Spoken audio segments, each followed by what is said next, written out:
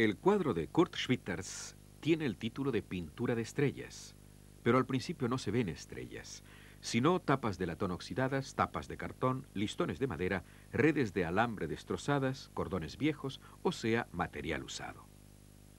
Hacia 1920, Schwitters se dedicaba al aprovechamiento artístico de materiales usados. Era una especie de pop art mucho antes de que existiera el pop art. Sobre el lienzo pegó, clavó y entornilló todos los materiales viejos que encontró. Estas obras se llaman hoy ensambles. Entre todos estos materiales usados aparecen también restos de impresos. Como Aix, que es el resto de Reichskanzler, canciller del Reich, debajo se lee sangriento, o a la derecha las palabras carta abierta E, Matías, la corrup, que es el comienzo de corrupción. Al leer Matías E, se piensa automáticamente en Matías Erzberger, el famoso político de centro de entonces, aquel que firmó el Tratado de Versalles y fue asesinado por nacionalistas de extrema derecha en los años 20. Con estas asociaciones entra la política en el cuadro, pero no es un rasgo político de Schwitters, alude simplemente a aquella época que siguió a la Primera Guerra Mundial y en la que lo político era algo natural. Sin duda, Schwitters estaba más a la izquierda que a la derecha, pero lo que hacía no era intencionadamente un arte político. Schwitters dio a este cuadro el nombre de Pintura de estrellas. En el título resuenan algunas reminiscencias del énfasis que caracteriza al expresionismo alemán con su tendencia a la reflexión cósmica. El propio Schwitters acababa de pasar precisamente por una fase expresionista, pero luego, hacia 1918-19, descubrió que el collage era la técnica artística más adecuada para él. Y con ello llegó al assemblage, el ensamble, con sus cuadros de grandes dimensiones, en los que no solo se pegaban papeles, sino materiales y objetos de todo tipo. Si pasamos por alto los materiales usados, el cuadro muestra sorprendentes parecidos con las obras cubistas de Picasso y Braque de 1910. La composición general recuerda de todas formas la estructura de pinturas cubistas o futuristas, una pirámide de ángulos rectos, diagonales y círculos. Ahora bien, esta construcción no solo está hecha con el pincel, sino que además lleva materiales.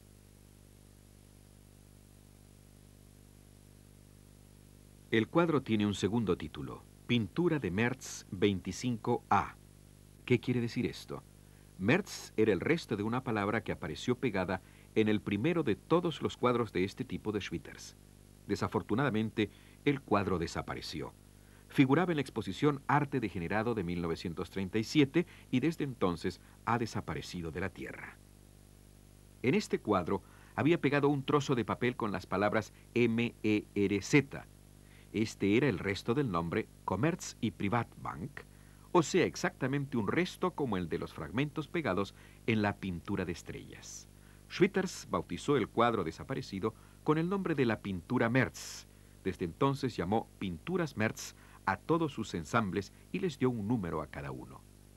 A sus numerosos y pequeños collages les dio el nombre de Dibujos Merz, a pesar de que no eran dibujos, sino trabajos de pegamento. A sus obras plásticas, Plásticas Merz. A su ensamble en Hannover le dio el nombre de Construcción Merz. Por lo demás, también escribió Poemas Merz. Schwitters significó en Hannover algo así como un dadaísmo en solitario. Simultáneamente había en Colonia un grupo dadaísta en torno a Max Ernst. Poco antes, en 1916, se había fundado el dadaísmo en Zúrich.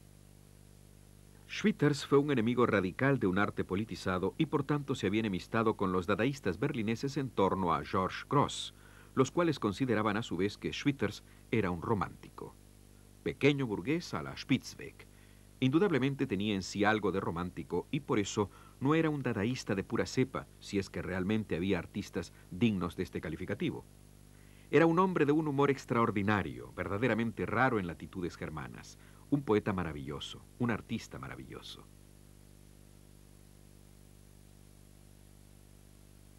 Kurt Schwitters mantuvo en Hannover un estilo de vida eminentemente burgués, en una vivienda completamente burguesa, pero en la cual la construcción Merz se extendía cada vez más. Procedía de una familia burguesa, pequeño burguesa, y vivía en un entorno correspondiente, Hablaba el idioma de la gente sencilla de la que se burlaba en sus poemas dadaístas. Era tanto el pequeño burgués como también el que atacaba al pequeño burgués, y como hablaba su idioma, era tanto más impactante. Simplemente invertía los términos en todo. Con su genio artístico encubría su extracto burgués. Solo después de 1955, a los 7 años de su muerte, se enteró realmente el mundo de que Schwitters era un gran artista. Hasta entonces, solo había merecido una pequeña nota explicativa en la historia del arte de nueva data. De repente se dio cuenta de que este artista sobrevivió gloriosamente a su tiempo, a pesar de que estaba unido a él con todas las fibras de su ser. O sea que fue no solo uno de los tantos que se quedan varados al margen de la historia. Justamente él sobrevivió por medio de su arte, precisamente él, que durante mucho tiempo fue objeto de burla más que de respeto. Kurt Schwitters nació en Hannover en 1887 y aquí vivió hasta entrados los años 30. Curiosamente pasó la Primera Guerra Mundial en Hannover, en una fábrica. Su pintura fue haciéndose abstracta.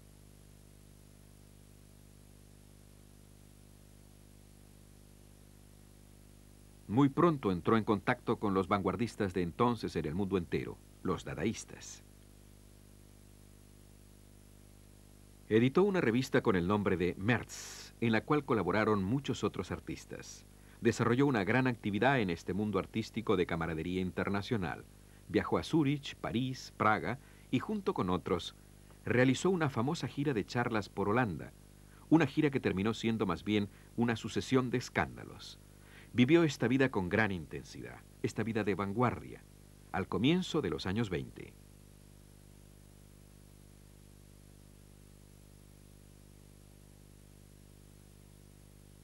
Luego se produjo el cambio hacia el geometrismo, abandonando un poco su arte März. Pero sus obras geométricas y constructivistas fueron con frecuencia de factura März, o sea, más bien ensambladas de materiales usados que construidas. Aquí un ensamble titulado La pequeña residencia de marineros. Muestra por cierto formas geométricas, pero en el fondo es ageométrica, porque está ensamblada con troncos recogidos del Mar del Norte. Nada delata la ortodoxa rigurosidad de los geométricos de aquella época. Tras la toma del poder por Hitler, Schwitters emigró de Alemania. No lo hizo de una sola vez, sino poco a poco. En los años 30 amplió sus vacaciones veraniegas año a año. Finalmente dejó de volver a Hannover cuando la Gestapo apareció una vez en su casa. Vivió unos años en los alrededores de Oslo y creó allí una segunda construcción März, que desafortunadamente fue quemada por unos niños al jugar.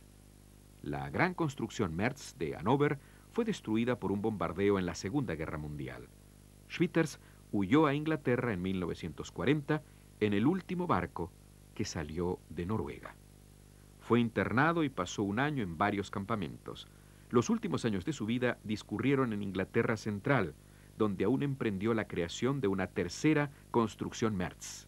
Allí murió en 1948 sin volver a ver su querido Hannover. Schwitters no pudo saborear su actualidad internacional.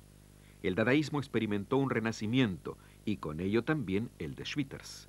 Vastos pasajes del arte a partir de los años 50 podrían describirse con las palabras Schwitters y las consecuencias.